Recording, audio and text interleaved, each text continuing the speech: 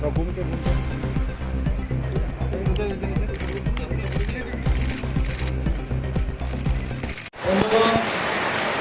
সত্যি এক আনন্দের বিষয়।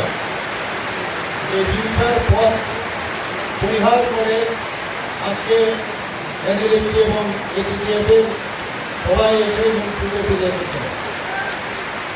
আমরা চাই যে এই রাজ্যকে শান্তিপূর্ণ ও সমৃদ্ধ ভবিষ্যতে এগিয়ে নিয়ে যাওয়ার জন্য মাননীয় প্রধানমন্ত্রী নরেন্দ্র মোদীজি এবং আমাদের স্বরাষ্ট্রমন্ত্রী শ্রী অমিত শাহজি এই গুরুত্বপূর্ণ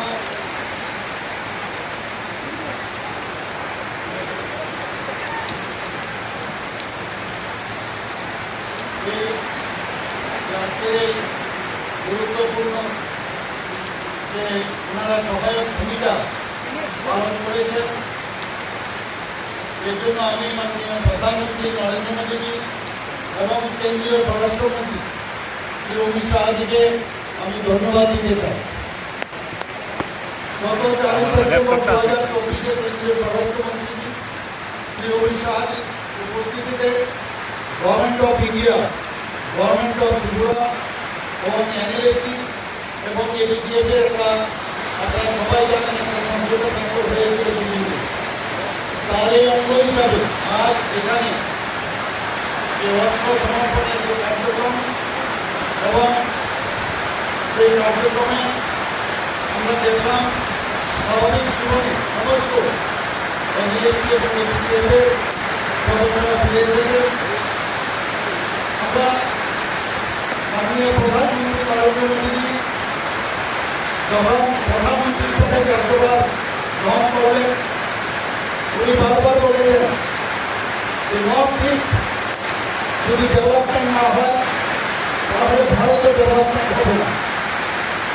এবং আমরা দেখতে পাই যেভাবে নর্থ ইস্টে আগে টেররিজমের একটা অবস্থা ছিল, প্রায় 12টার মতো এই শান্তিচুক্তি ধরে সেটা এখন আজকের তারিখে সেটা প্রায় জরুর পথে।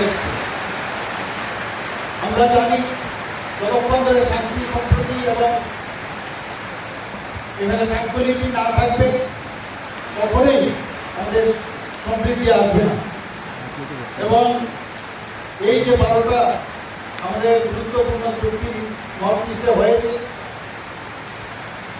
তার মধ্যে 3টি আমাদের ত্রিপুরা চুক্তি হয়েছে, আপনারা সবাই জানেন। এতে করে প্রায় 10,000 যারা পুলিশ করে টেররিস্টের সাথে যুক্ত ছিল তারা হস্তত্যাগ করেছে। আজকে এই ত্রিপুরা আজকের পর থেকে আমরা বলতে চাই যে इस राज्य के सभी सशस्त्र समूह समाज की मुख्य धारा में शामिल हो गए हैं। आज के समारोह के बाद राज्य में शांति बनाए रखने के लिए हम सभी की ओर से सामूहिक और एकजुट प्रयास होंगे। माननीय मुख्यमंत्री महोदय के नेतृत्व में राज्य के संपूर्ण विकास को हम सब मिलकर गति देंगे। समझौते के अनुसार कैडरों की पुनर्वास आवश्यकताओं का आकलन किया जाएगा। खुफिया शाखा के प्रमुख के अधीन स्क्रीनिंग समिति निर्धारित प्रक्रियाओं के अनुसार कार्य करेगी। अंत में मैं सशस्त्र समूह के उपस्थित नेतृत्व और उनके सदस्यगण जो आज समाज की मुख्य धारा में शामिल हो रहे हैं, मेरी ओर से बहुत बहुत शुभकामनाएं देता हूं। जय हिंद।